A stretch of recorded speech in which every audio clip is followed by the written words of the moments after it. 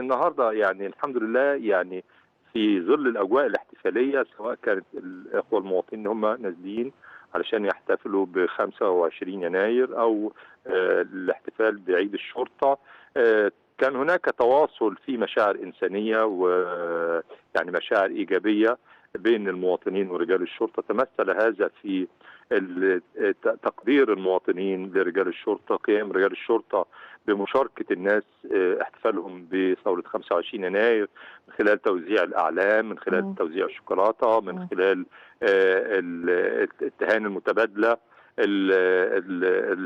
التواصل والتعامل الانساني الراقي. وده اللي احنا بنستهدفه، وده اللي احنا يعني بنحرص على ان هو يبقى موجود على طول، ما هوش مرتبط بمناسبه، لان احنا يمكن حتى يعني خلال يعني الشوكولاته طول السنه بعد كده؟ لا دي هتبقى مكلفه. انت جبت نوع حلو يعني استغليته يعني كده. في المناسبات. طيب عشان الميزانيه لا تسمح يعني. ايوه.